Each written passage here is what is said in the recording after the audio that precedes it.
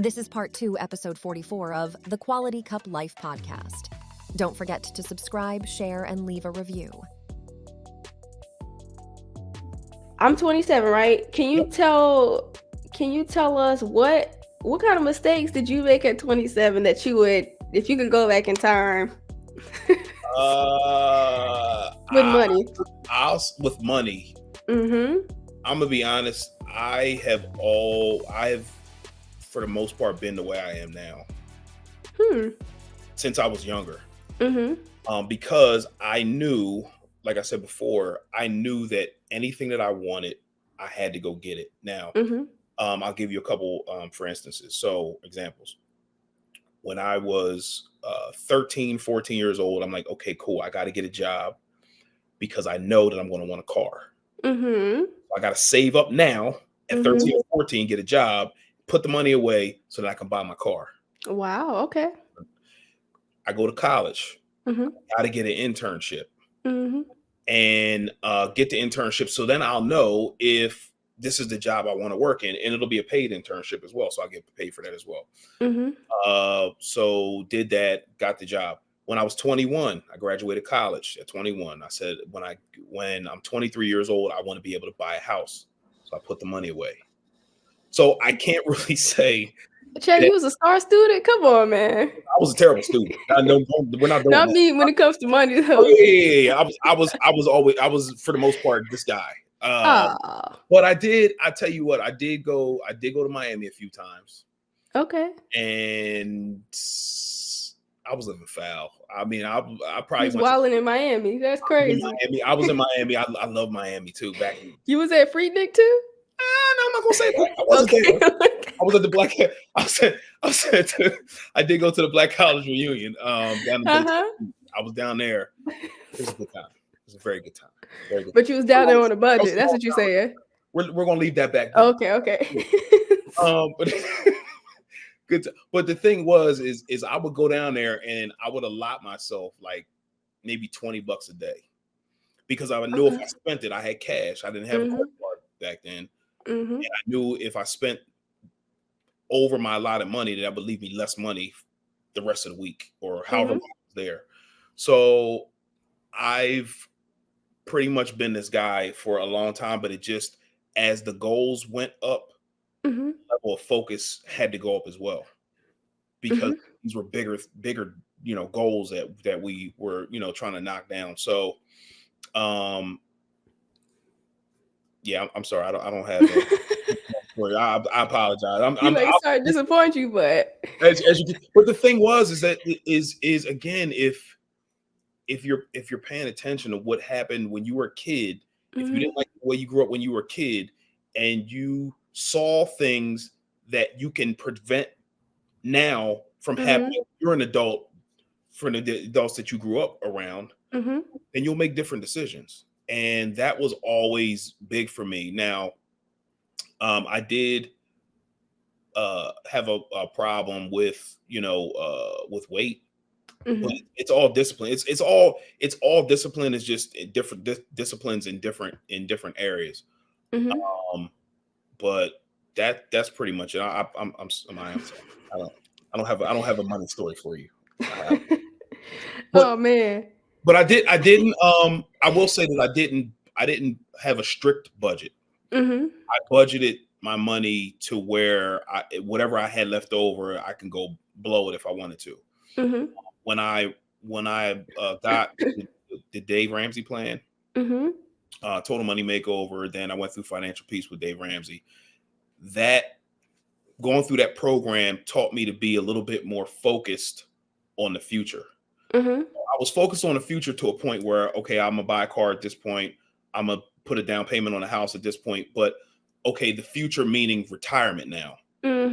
What is my retirement going to look like? And then seeing family members and friends having to keep working because they couldn't retire because they never set up for the future.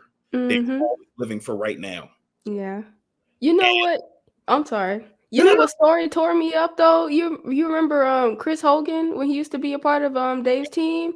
Yeah. When he would tell that story about his aunt or something, and he opened the cabinet. Yeah. What to happened? get something, to make something, and he opened the cabinet, there was cat food in there, and then he was like, "Wait a minute, my aunt doesn't have a cat." I was like, "Oh," she was like, Bro. she was an older lady Yeah. in retirement age. I was like, "Oh man," the lady was eating cat food because she That's couldn't afford it. I was like, "Oh, that made me so sad." no, but that's what I see. That's what I see now. Because I do budget classes with Mhm. people, individuals. I used to do them like an audience, but now it's just one-on-one. So then we can get really into your finances Mhm. and what are you doing? What can you do differently so you can live the life that you want to live, right? Mhm. So with that, I'm seeing a lot of people are living for it right now, Mhm. and they can't stop a lot of times. Mhm. And which is the reason why they reach out to me, because I can get you on the right road. I can formulate the plan, help you formulate Mhm. the plan, but you're going to have to do it. Can't do it for you. Yeah. Do it for you. I can show you, Mhm. but Mhm. I can't do it for you. But that's what I see a lot of, and a lot of it is because that's what they saw growing up. Yeah. And you But know what? I'm sorry. no, go. To piggyback off of that, what's interesting is some people don't, that's normal. So like they don't see a problem because they think that's as far as it goes, if that Mhm, makes sense. They mhm. don't have a picture of abundance. They think, like I said earlier, they think abundance is Oprah. Like, Yeah, that's Oprah. yeah, That's Oprah. I'm here. I'm me. My family here. We here. yeah, If I can just, if I can go to college, or if even if you don't get to college, but if you can get a job with benefits, someplace that's stable, you good. We made it. yeah, And, I mean, because I know some people who's my age whose parents said you're delusional if you think you'll never have a car payment, and it's just like, huh? And also to go with that, one of the huge things that I keep seeing, like I'm sure you've seen this too, is when what's like a milestone, or like your rite of passage when you graduate college, is you get a car, hmm a brand new one at that. hmm It we not You got a big boy, big girl job. We not pushing the whip from college anymore. We gotta get you. yeah. Because you gotta look away. You gotta look Yeah, you away. gotta look like your new out of college job, and it's kind of it's But yeah, again, if you have a conversation with somebody who really has it, then you'll quickly realize that that person does not have it. You'll quickly yeah, realize that. for sure. It, it's sad, man, because I believe, talking to people, I believe Mhm, that people want to do well, but also people want to do well in the most comfortable way, and it doesn't mhm, work. You mhm. can't have both. Yeah, You can't be comfortable and want to be a millionaire, or yeah, it doesn't work like that. You gotta sacrifice some things. You gotta work hard. You gotta work smart. mhm, Plan. mhm. Gotta be disciplined in the plan. And if not, then Yeah. yeah.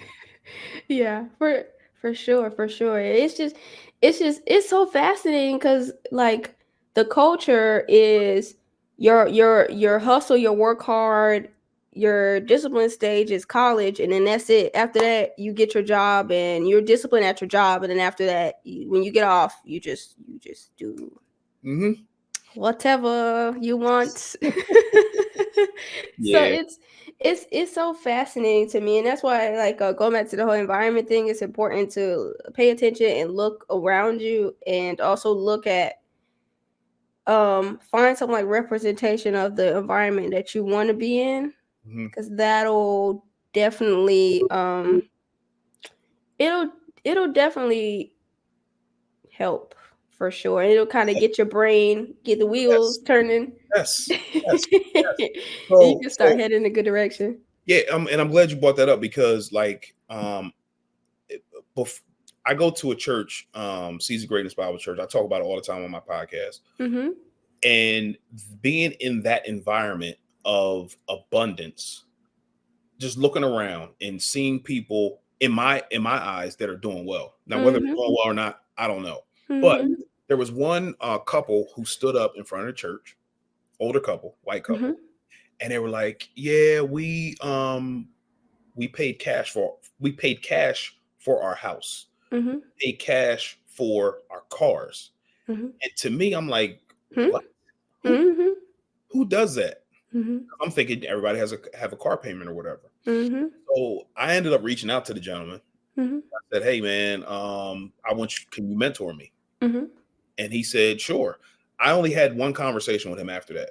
Mm-hmm. I said, how did you do it? What did you do? He told me. I said, okay, I got it now. Mm-hmm. You said say less. Yeah. But the thing is, you have to put your pride aside. Mm-hmm. Man, like I'm not going to him. Cool, that's good for him. Mm-hmm. But if you put your pride aside and ask the questions that you need to ask to get to where you want to go, then Mm-hmm.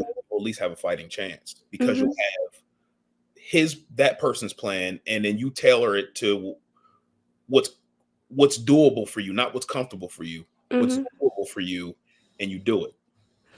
Speaking of pride, though, what I found fascinating was, and this is, no disrespect, but when that day where on the call when they were, I forgot what it was, but we were talking about the total money makeover, and everybody was disagreeing, and you was kind of pushing back and stuff. And then people were bringing up this guy who was a Black financial advisor and stuff like that, and it was like, why don't people know about this guy, whatever? And then I was in the chat like, Dave's been doing this since like the 80s. Like, this guy has been doing this since 2005. So I think, speaking of the pride thing, just because someone doesn't look like everybody don't have to be Black for you to take their advice. No disrespect. No, that's facts. If my man got results, he got results.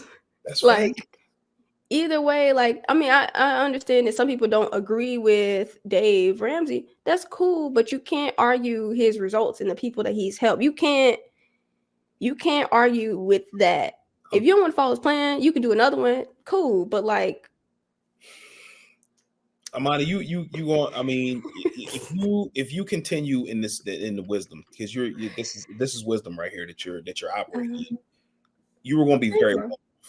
I'm telling you. I hope so. No, ain't no hope. If you apply the wisdom and bring the consistency and discipline in, you're out of here. I'm telling you that. But you're right. You're right, because and I talked about it this morning. I went through the Dave Ramsey program, and I don't know when this is going to drop, but Thursday, November 16th, we paid our house off.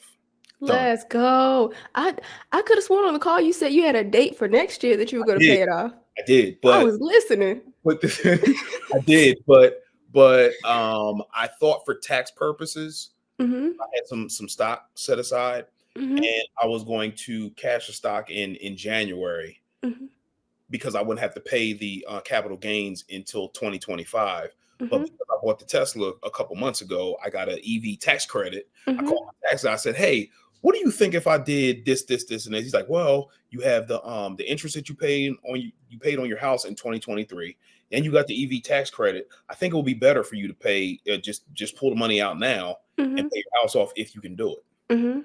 Say less, bro. Say less. I pulled that money out last Thursday. I waited for it to hit my account. We went right to the bank, wrote that check, and we good. You done.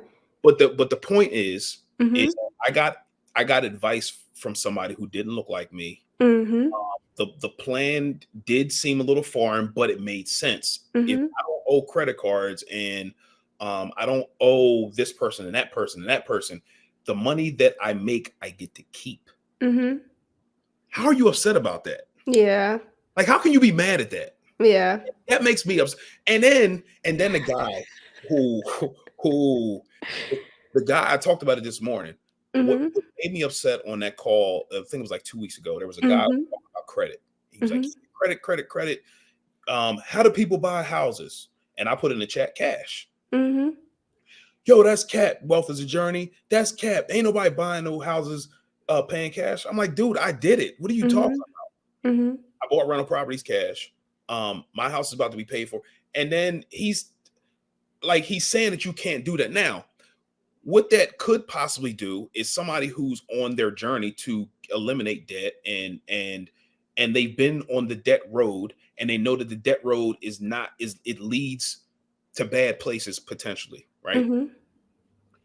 What if that person that was on that call that day said, hey, I want to do this, I want to get rid of debt, and then you're telling in the chat, or you're saying in your presentation, that's cap, nobody's doing that. Mm-hmm.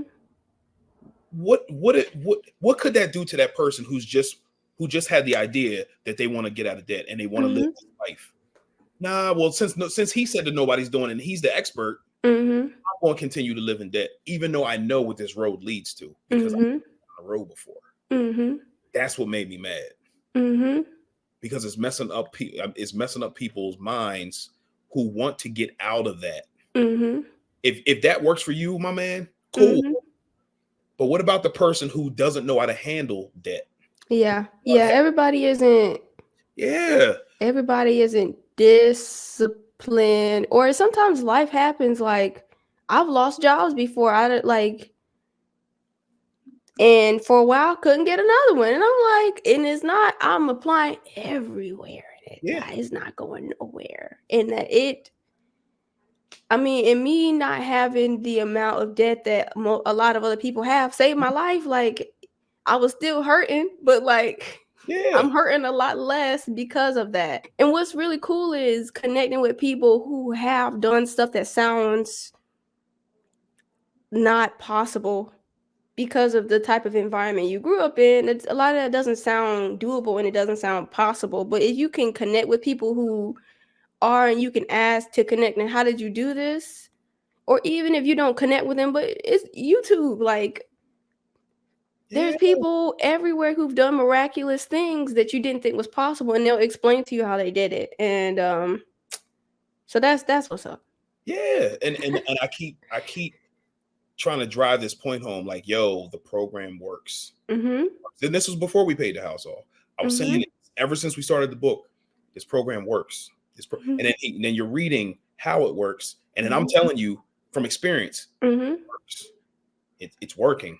And I don't know if you're on Instagram and you see the things that we were able to do, and not owe people after we purchased the things, then it I don't know, man. I don't know. And you know what? That's super cool, because I don't know anybody who paid off their house and they're not retired. You know what I'm saying? I don't know anybody who paid off houses, cars, and not just, you not in no shoebox. I imagine you in a nice house. Yeah. You paying off this and that, and then you have rental property, several. I don't that's not. Che, you're like a unicorn, they call it. Yes, exactly. Yeah. You're a unicorn, but you're not it's like you can be a unicorn too if you just do these things. Exactly. Like, yo, if I can do it, I was a horrible student. Horrible student. I was in those behavioral classes. You know, when you was in elementary school, you looking at classroom like, ooh, I don't want to go in there. I was in those classes. And if I can do it, I grew up in the crack era. Like, I had a lot of things against me, even though I grew up in Ardmore or whatever. It's a I guess a nicer area now. In the crack area, it was terrible, man. Like, there weren't shootouts or anything like that, but it was a drug infested area, just probably like everywhere else during that era. But I had a lot of things against me. But if you have the desire, if your desire is stronger than your feelings, go wherever you want to go. Anything that you want to achieve. But it's, again, it takes the discipline. It takes the keeping the end in mind. Like, it took us 7+ years to pay our house off while buying the car, while it wasn't I'm saying all that to say it wasn't necessarily easy. We had a lot of things that we had to face along the way, but the desire was there. We kept the end in mind. We were disciplined, even though things came up, and we were able to achieve our goal. And now, I know, but I really don't know what we've just done for our future. You know what I'm saying? And for myself, and for anybody else who's in our circle, who now that I want that to become the norm. Mm-hmm. The people around me, yo, we paid our house off, bro. That's what's up. Let's go. Mm-hmm. It's going to inspire somebody else, and then it's going to inspire somebody else. And if you hating, get going. It's going to catch. It's going to catch. So that's that's the thing. But you have to, and I say it in the morning meetup, like you have to be the change that you want to see. Mm-hmm. And because if nobody else around you is doing it, then who's going to start it? Mm-hmm. You. Yeah. Yeah. You gotta if you're gonna start it, you gotta put your get your football, get your cleats on, helmet on, shoulder pads, because you're gonna have to run through some folks. Yeah, that's a fact. You're gonna have haters out there. You're gonna have family telling you, like, yo, what are you doing? Friends telling you, yo, what are you doing? And that's when you remove yourself. Mm-hmm. You I don't want to knock them down. Yeah, I already have enough going on in my head. Health and all the things that come along with that. I already have enough going on up here. I don't need you trying to deter me from what I'm trying to accomplish. Okay. Cool. I got a question for you for like 3 separate age groups. So what's your opinion on like what are some good financial practices from age 20 to 25? We'll start there. It's probably going to be the same answer for 20 to 25, 25 to 30, 30 to 35. But you got no. 25, you getting out of college, like listen. Hear me out first. Wait. Okay. Set up the budget. Okay. You got to set a budget up, because if you don't know your numbers and then you have a desire to go somewhere, your budget is going to dictate how fast you can get there where you're trying to go. True. So, but if you don't know your numbers, then how are you going to get to where you want to go? True. Your budget is going to be the plan that's going to get you where you want to go. And now, if you're not making enough money, then maybe you That's what I'm talking about. Maybe if you might need to get a side hustle until you pay off the debt, whatever debt you have. Because once you pay your debt off, it's like you got a raise. Because now you got more money, and you don't have to work as hard. True. That's another thing. Okay. So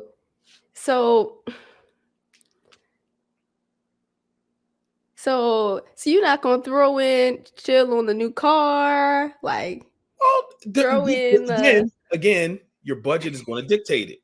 So if you get the car, if you get the car before you start the budget, right? Say you do that. I would highly recommend you not do that. But if you do it, and you set the budget up, and you're in a negative every month, you might need to get rid of that car. I would say, and I'm glad you brought that up because you're right. I would say drive the car that you have to drive now until you can drive the car that you want to drive later. Now, I drove before I bought the Tesla, I drove a Toyota Camry. Let's go, me too. And I'm glad you said that, because I was about to say something negative. Oh, okay. Don't clown my Camry. Hold up. I would never do that. But the car I had before that, it was a Lexus ES350. Oh, okay, fancy. Okay. Then I went to the Camry because I was like, okay, well, I'm beating the Lexus up on the road because I drive back and forth all the time for work. And I'm like, well, maybe if I get a cheaper car, I can do some more home projects. And that's how I bought these chairs. But I did some other home projects. I had the money set aside for the Lexus. I bought the Camry. So I had a bunch of money left over. So I paid cash for the Camry, and then I did the home projects. But drive the car where you are. If your budget doesn't fit a Lexus or a Tesla or a Benz or a Bentley, whatever, don't buy that thing, because it's only going to delay where you're trying to go down the road. Now, if you're not trying to go anywhere down the road, have at it. Do what you want. Do YOLO. Live your life. Yeah. Okay. I think I would throw in some things. I would say don't be afraid to have a roommate for a while. It's cool. Like you don't have to have your own apartment just because you think like it's cool you can have a roommate after college. It's not the most, ideal thing, but roommates are cool, as long as they're not, drama and, too dirty and, stuff like that. You dirty? Too dirty. Either you dirty or you're not. I mean, it's not like you're not like a little dirty. Like either you're dirty or you're not. I mean, but there's levels to dirty though. Because what you think is dirty, another person might be like, that's not that bad, You're right. You're right. Nah, you're right. But no, I just like that for me. I couldn't have a roommate after college. Like me and my roommate in college, my last roommate, we got along really, really well. That was my guy. The roommate before that, not so much. But he was cool until I realized he wasn't. But I didn't realize that until we started living together. Yeah. I'm stuck for a year. Yeah. So, but yeah, if that works for you and you have the temperament to be able to handle somebody who's dirty or very dirty or a little bit dirty, however, then go ahead and do it. But yeah, true. Yeah. Also, like I would say, if you can't do a roommate, but if you're able to stay at home and your parents they okay, it's okay to stay at home for a couple years. Absolutely. For sure. And I know that you're married, and you're probably gonna agree with me on this since you're heavy on the Dave, you're a Dave fan like me, but like I would chill on with the grown folks used to say back in the day with shacking. I would chill on that. I would chill on that part. But there's and I know these days people are waiting later and later to get married. But I wanted to say there's still value in, I'm not married, but there's still value in being married, and what's it called? You're more likely to get out of poverty if you get married, because you got two incomes you can put together, and it's not like the shacking where like y'all could break up at any time. Like with marriage, it's more of a you in this thing. Like, I mean, you could not be in this thing, but you in this thing. Yeah. So if you could speak to that with like the benefits of that real quick.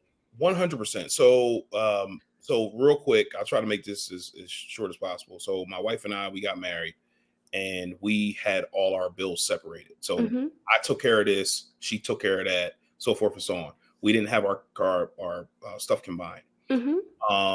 Until I realized that something's not right, because I used to have thoughts in my head.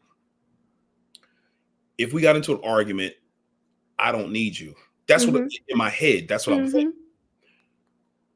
But if we combine our stuff, we're working together, and it takes the pride out of the situation because you need each other.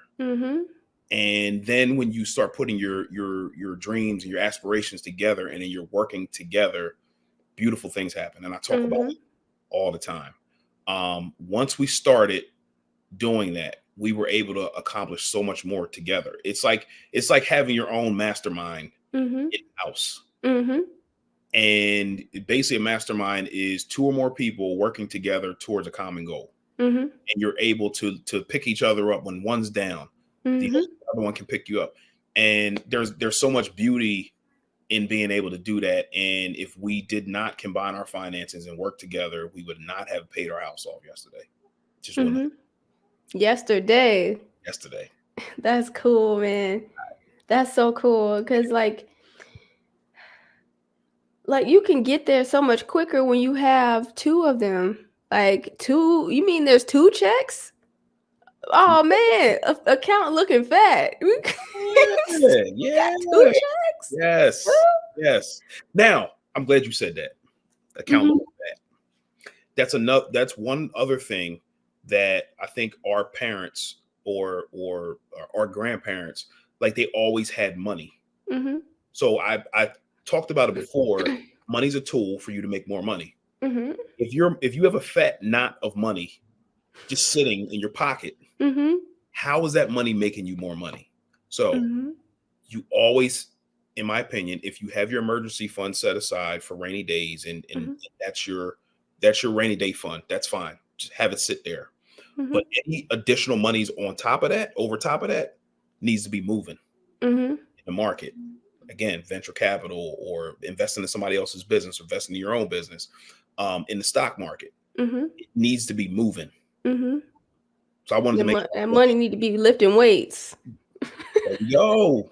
There we go. I'm trying to tell you. Uh-huh. If you truly want to be wealthy, you can't be unless you are like a president of a company or something like that, where you're getting a huge income and you're managing your finances right. Because let's be honest, like if you're making $250,000 a year and then you're spending $240,000 a year, you're not going to be wealthy at all. But that's what happens a lot of times. Yeah. You think a large income equals a lot of money when it doesn't. If your bills equal that, it doesn't matter whether you even if you had 30,000, if you spend 25 of it a year, then you're gonna be just like that person who is at 250, but they spend 245 a year. It's not. They just gonna have nicer stuff. Yeah. It's gonna be nicer stuff, and they're gonna be in a nicer area. But the what you have isn't. Y'all at the same level. Correct. That's a fact. Which is pretty crazy to think about, because somebody could be like, "Girl, you lying? What you talking about?" But that's a fact. The math is still mathing. The math is still the same. Well, okay. So you, like you said before, you want to take advice from people who are successful at for sure that you're trying to pursue. Mm-hmm. So if that's not the case, then I would not listen to that person. And marriage is between two people. That person, whoever spoke into your life, you're not going home to that person. And they not paying no bills in here. Amen. Facts. Facts. So, but if your relationship works, and you can go through the ups and downs with that person, and they check the boxes, lock in. Okay, lock in. I'm looking at my notes. I had some very specific things, but you was like, don't matter. Age groups, same thing. Ask the question anyway. I don't care. Ask the question, because I could be wrong. Don't listen to me. You follow your path.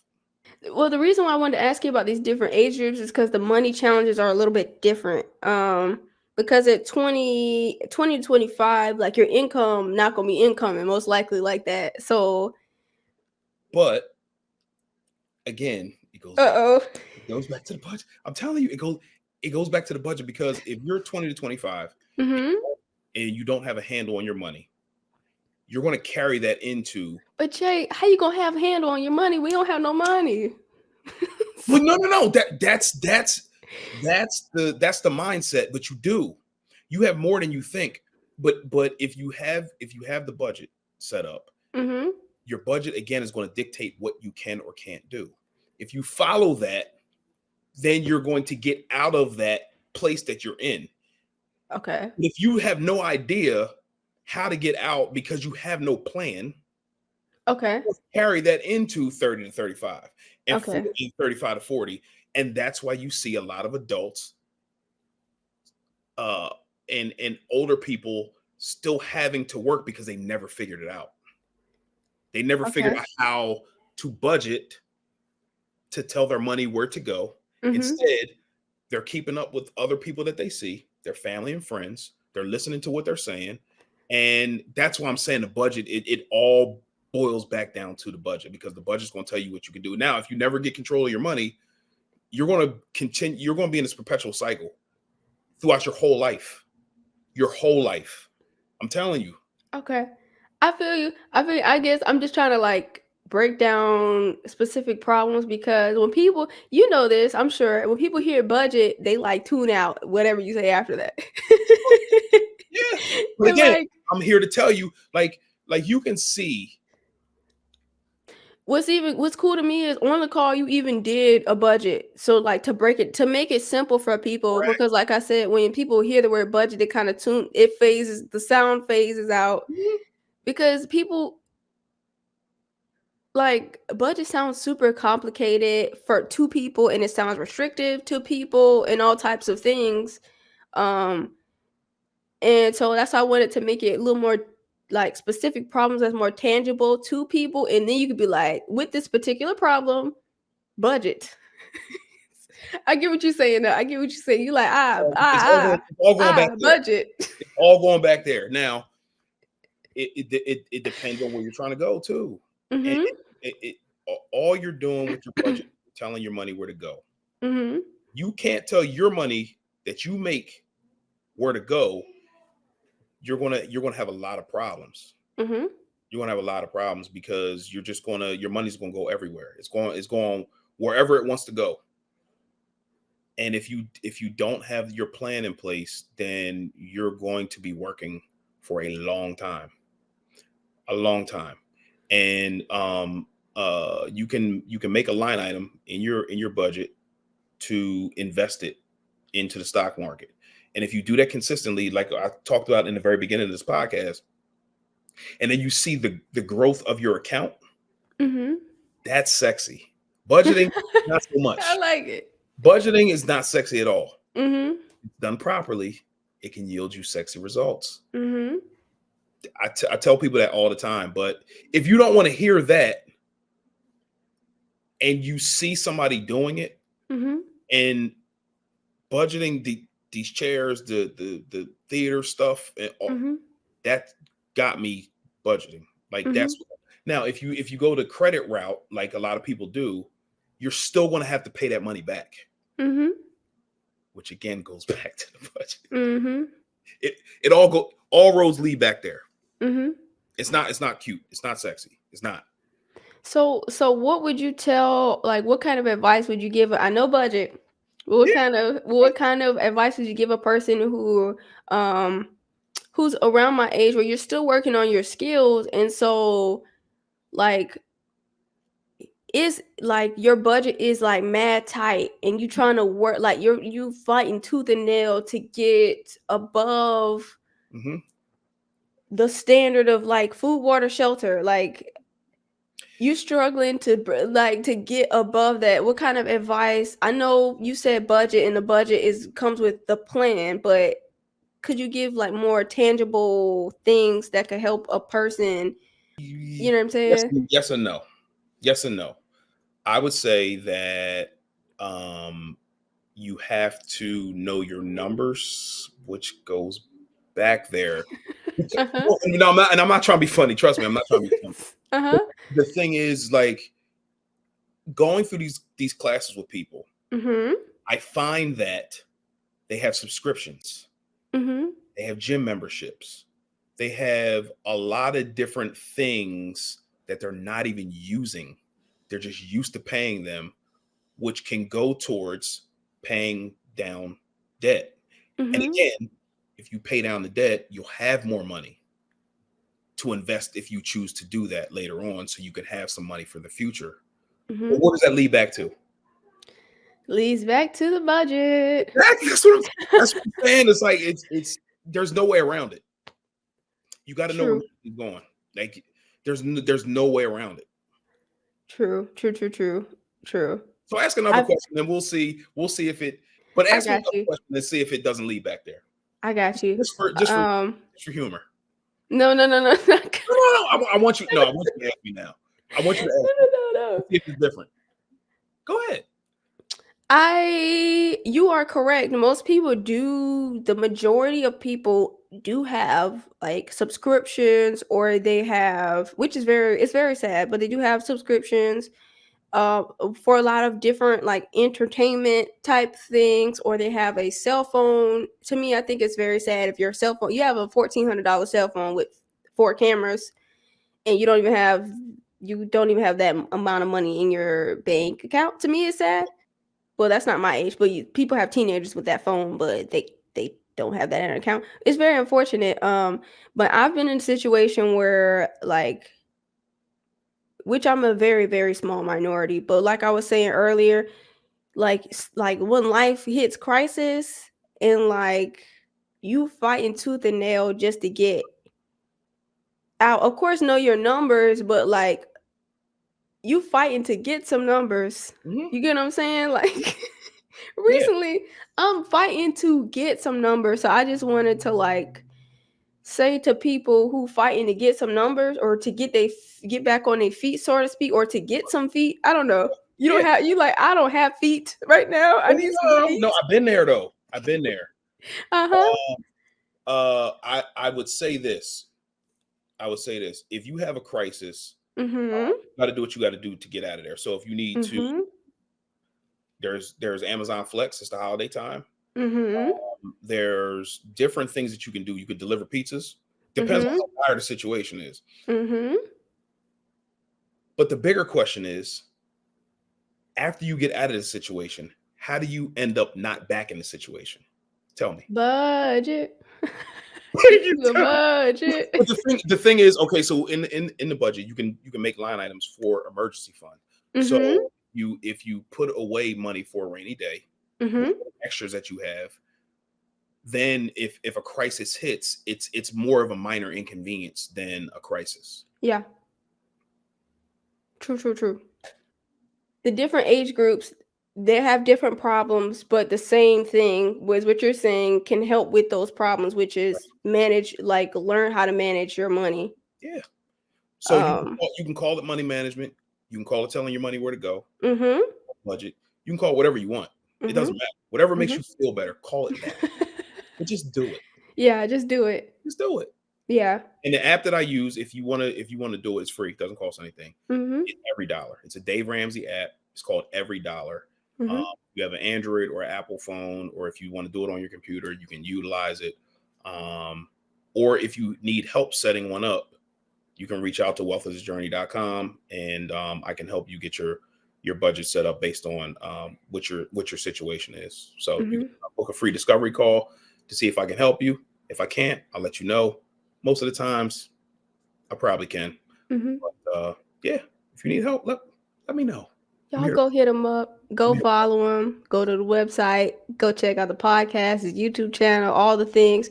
Thank you so much for hopping on with me and talking to me today. I was so excited. You was so excited. Wow. Is she not excited? No, I am very I am very excited. He has a pretty, it seems miraculous story, but he's a unicorn, but you can be a unicorn too, like I said earlier. Okay. Thank you again. Go have fun at your party. Appreciate you. And we're out.